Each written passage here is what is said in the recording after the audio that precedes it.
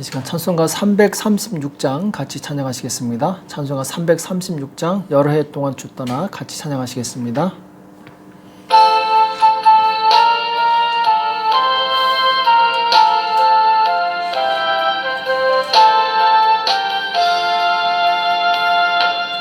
여러 해 동안 주 떠나 세상 연락을 즐기고 저 흉악한 죄에 빠져서 그 은혜를 잊었네. 오 사랑의 예수님 내 마음을 곧 엽니다. 곧 들어와 나와 동거하며 내 생명이 되소서. 죄악에 죽을 인생을 심히 불쌍히 여기사 저 하늘의 영광 버리고 이 세상에 오셨네. 오 사랑의 예수님 내 마음을 곧 엽니다. 곧 들어와 나와 동거하며 내 생명이 되소서. 공포를 입은 구주는 가시면류관 쓰시고 저 십자가 높이 달리사 그 아픔을 참았네. 오 사랑의 예수님 내 마음을 곧 엽니다. 곧 들어와 나와 동거하며 내 생명이 되소서. 미련한 우리 인생은 주의 공로를 모르고 그 쓸쓸한 사막 가운데 늘 헤매고 다녔네. 오 사랑의 예수님 내 마음을 곧 엽니다. 곧 들어와 나와 동거하며 내 생명이 되소서. 아멘. 이 시간 다 같이 기도하시겠습니다. 살아계신 하나님 아버지, 이 새벽에 저희들을 불러주시고 하나님 앞에 나와 간절히 기도할 수 있도록 은혜 주심을 감사합니다. 날마다 우리에게 기도의 영을 부어주시옵시고 하나님 앞에 나아가 간절히 기도하게 도와주시옵소서. 특별히 아버지 하나님 우리에게 회개의 영을 주셔서 날마다 우리를 거룩하게 도와주시옵시고 하나님께서 기뻐하시는 의로운 삶을 살 수 있도록 도와주시옵소서. 오늘도 우리에게 주시는 말씀을 듣기 원하오니 주는 말씀하여 주시옵시고 깨닫는 은혜가 있도록 도와주시옵소서. 이 시간 주께서 함께해 주실 것을 믿고 감사하며 예수님의 이름으로 간절히 기도합나이다. 아멘. 하나님의 말씀 시편 51편 1절에서 4절까지 말씀을 같이 보시겠습니다. 시편 51편 1절에서 4절까지 말씀 같이 한 목소리로 합독하도록 하겠습니다. 같이 읽겠습니다. 시작. 하나님이여 주의 인자를 쫓아 나를 긍휼히 여기시며 주의 많은 자비를 쫓아 내 죄가를 도말하소서. 나의 죄악을 맑게 씻기시며 나의 죄를 깨끗이 제하소서. 대저 나는 내 죄가를 아오니 내 죄가 항상 내 앞에 있나이다. 내가 주께만 범죄하여 주의 목전에 악을 행하였사오니 주께서 말씀하실 때에 의로우시다 하고 판단하실 때 순전하시다 하리이다. 아멘. 의인을 기뻐하시는 하나님, 의인을 기뻐하시는 하나님이란 제목으로 같이 말씀을 나누겠습니다. 자, 우리가 잘 아는 것처럼 시편 51편은 이제 회개의 시죠. 다윗이 하나님 앞에 회개하는 시인데, 다윗이 이제 이 밧세바를 간음하고 그리고 그 죄를 감추기 위해서 그 남편 우리아를 이 전쟁터의 최전방에 보내서 죽게 하는 그런 이제 이 사건이 있었죠. 그리고 나서 이 선지자가 와서 다윗의 죄를 지적했을 때 다윗은 깨닫고 하나님 앞에 이 회개하는 내용입니다. 자, 다윗은 우리가 잘 아는 것처럼 이 자타가 공인하는 이 하나님 마음에 합한 사람이었고 또 이 국민들을 하나님께 인도했던 정말 선한 왕이었죠. 자, 그런데 이 죄의 유혹이 왔을 때 금방 걸려 넘어지고 맙니다. 그래서 10계명에 7계명, 간음하지 말라, 6계명 살인하지 말라. 자, 이 계명을 어기게 됩니다. 자, 우리는 다윗처럼 이렇게 하나님의 은혜를 많이 받고 큰 축복을 받은 사람도 죄를 지을 수 있는가? 이렇게 질문할 수 있는데 결론은 지을 수 있다는 것입니다. 아무리 하나님께 큰 은혜를 받은 사람이라 할지라도 결코 죄의 유혹을 피해갈 수는 없습니다. 우리는 말씀으로 통제받지 않으면 언제든지 죄를 지을 수 있는 존재입니다. 그래서 누구도 스스로를 의롭다고 함부로 말할 수 없습니다. 3절과 5절에 보면은 대저 나는 내 죄가를 아오니 내 죄가 항상 내 앞에 있나이다. 자, 항상 내 앞에 죄가 있다고 이 다윗은 고백하고 있습니다. 또 5절에 보면은 내가 죄악 중에 출생하였으며 모친이 죄 중에 나를 잉태하였나이다. 자, 내가 아무리 의롭다 한들 나는 태어날 때부터 죄인이라는 것입니다. 그래서 우리는 결코 이 죄인의 굴레를 벗어날 수가 없습니다. 그 사람이 아무리 의로운 삶을 살았다 할지라도 이미 태어나면서부터 죄인이기 때문에 그 죄의 이 길에서 벗어날 수 없는 것이죠. 내가 연약해서 죄를 지었다 할지라도 죄는 죄입니다. 하나님께서는 그 죄에 대해서 반드시 처벌하시게 돼 있어요. 그래서 시편 51편 8절에 보면은 나로 즐겁고 기쁜 소리를 듣게 하사 주께서 꺾으신 뼈로 즐거워하게 하소서. 여기 보면은 주께서 꺾으신 뼈로 이렇게 말씀하고 있습니다. 자, 뼈가 꺾일 때 얼마나 고통스럽겠습니까? 다윗은 뼈가 꺾이는 듯한 그런 큰 고통을 경험했습니다. 그가 범죄한 다음에 이제 갓 태어난 이 아기가 8일 만에 죽습니다. 또 이 첫째 아들 암논이 셋째 아들 압살롬의 동생, 이 동생을 이제 강간했다가 압살롬에 의해서 살해당하는 그런 이제 비극이 일어납니다.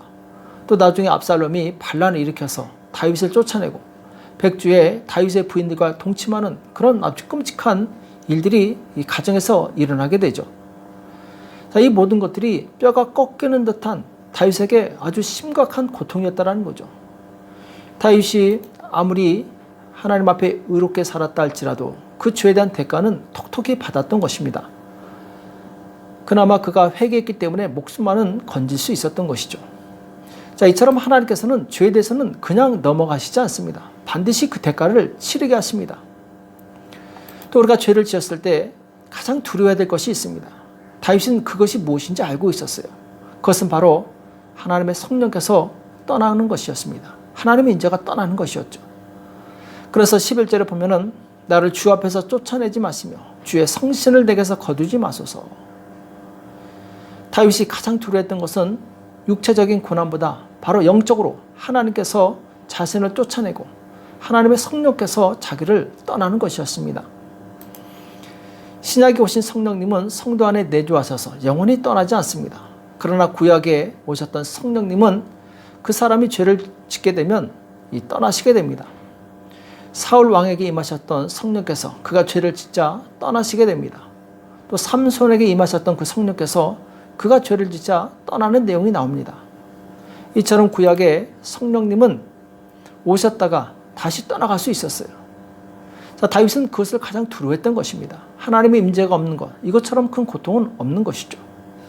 우리 또한 이 땅에 살면서 하나님의 임재를 느끼지 않는 것, 못하는 것이 가장 큰 고통으로 여겨야 될 줄로 믿습니다. 자, 12절에 보면은 주의 구원의 즐거움을 내게 회복시키시고 자원하는 심령을 주사 나를 붙드소서 이렇게 말씀하고 있는데, 자, 다윗이 갈망했던 것은 그 구원의 기쁨, 하나님께서 허락하셨던 놀라운 그 생명의 기쁨을 다시 회복하는 것이었습니다. 그래서 자원하는 심령을 주사 이렇게 말씀하고 있는데, 곧 이것은 이 자유로운 성령을 주사 이런 말씀으로 대체할 수 있습니다. 자유로운 성령을 주사 나를 붙드소서, 곧 나를 회복시키소서 이렇게 기도하고 있는 것이죠. 성령님은 우리를 살리시고 또 회복시키시는 영이십니다. 성령님께서 오실 때 우리의 모든 것은 회복되게 되어 있습니다. 그래서 성도가 죄를 지었을 때 가장 두려워야 될 것은 재물의 손실이나 혹은 육체적인 질병보다 성령님의 임재가 사라지는 것, 이것을 가장 두려워해야 될 줄로 믿습니다.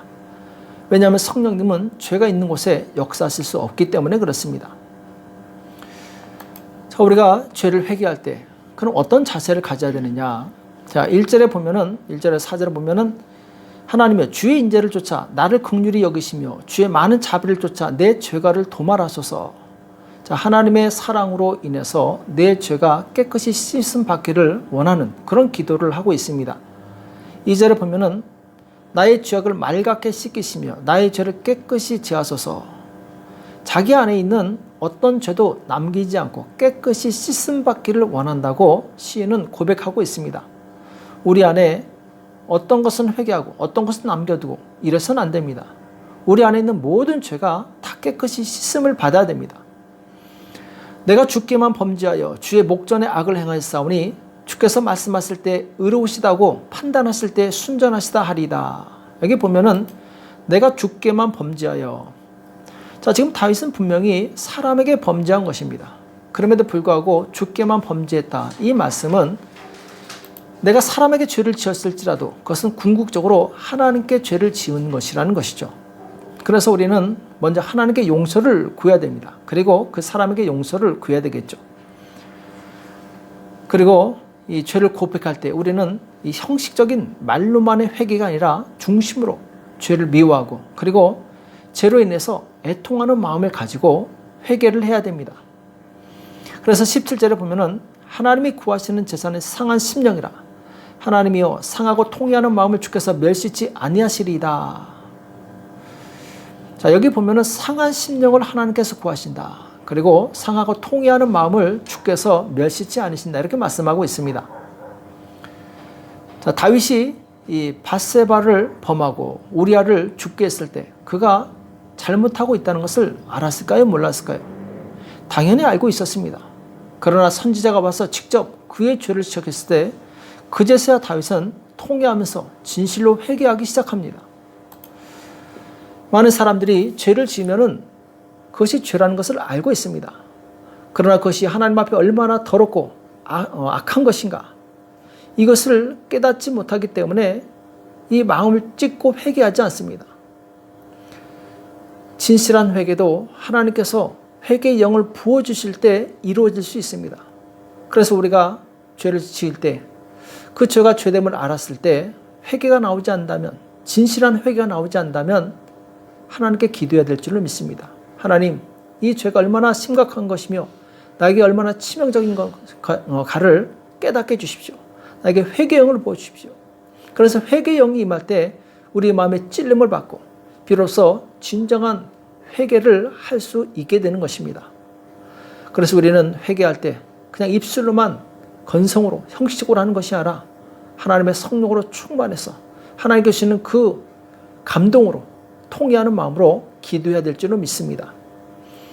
또 우리가 회개한 다음에 죄를 짓지 않도록 계속해서 기도해야 됩니다. 오늘 6절에 보면은 중심의 진실함을 주께서 원하시오니 내 속에 지혜를 알게 하시리다. 또 10절에 보면은 하나님이여 내 속에 정한 마음을 창조하시고 내 안에 정직한 영을 새롭게 하소서, 이렇게 기도하는 내용이 나옵니다. 회개한 다음에 또 죄를 지은다면 무슨 소용이 있겠습니까? 그래서 우리는 회개한 다음에 끊임없이 하나님, 내가 진실한 사람이 될 수 있도록 도와주십시오. 내 마음을 정결케 하시고 깨끗하게 해주십시오. 내가 정직한 사람이 될 수 있도록 도와주십시오. 이렇게 계속해서 기도를 해야 됩니다. 죄를 짓고 회개하는 것보다 죄를 짓지 않도록 예방하는 것이 더 중요한 것입니다. 그래서 우리는 끊임없이 하나님의 성품을 닮을 수 있도록 하나님께 기도해야 될 줄을 믿습니다. 내가 스스로 의로워지고 싶다고 해서 의로워지는 것이 아니라 의로워지는 것 또한 하나님의 성령께서 우리를 도와주셔야 됩니다. 또 우리가 기억해야 될 것이 있는데, 회개한 사람은 또 다른 범죄한 자들에게 하나님의 의로우심을 가르치며 전파하는 사명을 가졌다는 것입니다. 자, 우리 13절에 보면은 그리하면 내가 범죄자에게 주의 도를 가르치리니 죄인들이 주께 돌아오리이다. 자, 그러하면 하나님께서 내 죄를 용서해 주시면 이제 내가 다른 범죄자들에게 주의 도를 가르쳐서 그들로 하여금 주께 돌아오게 하겠나이다. 이렇게 고백하고 있는 것입니다. 또 14절에 보면은 하나님이여 나의 구원의 하나님이여 피 흘린 죄에서 나를 건지소서 내 혀가 주의 의를 높이 노래하리이다. 여기 보면 내 혀가 주의 의를 높이 노래하리이다. 우리가 평생 하나님의 의로우심을 찬양해야 될 줄을 믿습니다. 하나님의 의로우심을 사모하고 그 의로운 자가 되기를 간절히 기도해야 될 줄을 믿습니다. 또 15절에 보면은 주여 내 입술을 열어줘서 내 입이 주를 찬송하며 전파리이다. 자, 하나님의 의로우심을 찬송하고 하나님의 의를 전파하겠다. 이런 고백의 이 노래죠. 그래서 정말 하나님을 믿는 성도는 평생 주의 복음만을 생명만을 전하기로 작정해야 될 줄을 믿습니다. 교회 안에 가장 큰 문제 중에 하나가 무엇입니까? 서로 수군수군하는 것입니다. 남을 흉보고 비판하고 심지어 주의 종까지 도마 위에 올려놓고 판단하는 경우들이 너무나도 많이 있습니다. 이것은 하나님 앞에 큰 범죄를 짓는 것입니다. 우리가 복음을 전하는데 우리 입술을 사용하지 않으면 우리 입술은 반드시 남을 정죄하고 판단하는데 사용하게 되어 있습니다. 그래서 사도 바울은 믿음의 아들 디모데에게 내가 올 때까지 너는 성경을 읽는 것과 성도를 권면하는 것과 말씀을 가르치는 일에 전념하라 이렇게 부탁하고 있습니다. 자, 우리는 남의 이야기로 시간을 낭비할 때가 많이 있습니다. 우린 쓸데없이 다른 사람의 일에 관여하지 말고 다른 사람을 비방하고 욕하는데 시간을 낭비하지 말고 그 시간에 부지런히 성경을 읽어야 될 줄로 믿습니다. 그리고 연약한 영혼이 있다면 권면하고 세워주고 또 복음을 증거하고 가르치는 일에 전념해야 됩니다. 그렇게 해도 우리의 시간은 결코 남지 않습니다. 부족한 것입니다. 우리가 죄를 미워하고 회개하며 하나님이 기뻐하신 일에 쓰임 받을 때 우리는 의로운 자가 될 수 있습니다. 하나님께서는 의로운 자를 기뻐하셔서 그에게서 떠나지 않으시고 늘 함께 하시게 됩니다. 오늘 19절에 보면은 그때 주께서 의로운 제사와 번제와 온전한 번제를 기뻐하시리니 저희가 수소로 주의 단에 드리리이다. 이게 보면은 주께서 의로운 제사를 기뻐하신다 이렇게 말씀하고 있습니다. 그래서 이 말씀은 곧 하나님 앞에 의롭고 거룩한 심령으로 나가는 자가 복이 있다는 말씀이죠. 하나님께서는 그런 의로운 사람의 예배를 받으시게 됩니다. 평상시 세상에서 각종 죄를 행하고 거짓되고 범죄한 자가 예배에 나와서 하나님을 만나겠다는 것은 이것은 하나님을 우롱하는 행위입니다. 그 사람이 아무리 많은 헌금을 드리고 아무리 큰 헌신을 드린다 할지라도 그가 안에 있는 죄악을 회개치 않으면 하나님은 그 예배를 받지 않으신다는 것이죠. 하나님께서 가장 원하시는 것은 바로 의의 예배입니다. 거룩함과 의로움이 빠진 예배는 헛된 예배요. 도리어 하나님을 진노케 하는 그런 예배입니다. 말라기서 보면은 하나님께서 말라기 선지자에게 그런 악한 자들이 성전에 들어오지 못하도록 누가 문 좀 닫아줬으면 좋겠다. 이렇게까지 말씀하고 있습니다. 하나님께서 보실 때 불의하면서 하나님 앞에 의로운 척하는 자들을 아주 역겹게 보시기 때문에 그렇습니다. 우리는 하나님이 기뻐하시는 진실하고 정직한 예배를 올리시기 바랍니다. 하나님께서는 의인의 예배를 받으시고 그 일생을 축복하시는 분이십니다. 의인을 기뻐하시는 하나님 앞에 날마다 회개하고 죄사함을 입어 하나님의 기쁨이 되는 저와 여러분 되시길 예수님의 이름으로 축복합니다. 기도하겠습니다. 살아계신 하나님 아버지, 오늘 우리에게 말씀해 주심을 감사합니다. 하나님, 우리가 하나님 앞에 의의 제사를 드리기 원합니다. 우리 안에 있는 모든 거짓과 악한 것 다 주 앞에 고백하오니 용서하여 주시옵시고 정결케 하시고 깨끗하게 도와 주시옵소서. 영원토록 하나님의 의로우심을 전파하게 도와주시옵시고 예수 그리스도의 복음을 전하는 데 힘쓸 수 있도록 우리 인생을 낭비하지 않도록 우리를 붙들어 주시옵소서. 주께서 함께해 주실 것을 믿고 감사하며 예수님의 이름으로 간절히 기도합나이다. 아멘. 오늘 말씀 기억하시면서 하나님, 내가 날마다 의의 제사를 드릴 수 있도록, 그래야 하나님의 기쁨이 되는 삶을 살 수 있도록 도와달라고 나라와 민족을 위해서, 교회와 가정을 위해서, 자녀를 위해서 지금 합심해서 간절히 기도하겠습니다. 기도하겠습니다.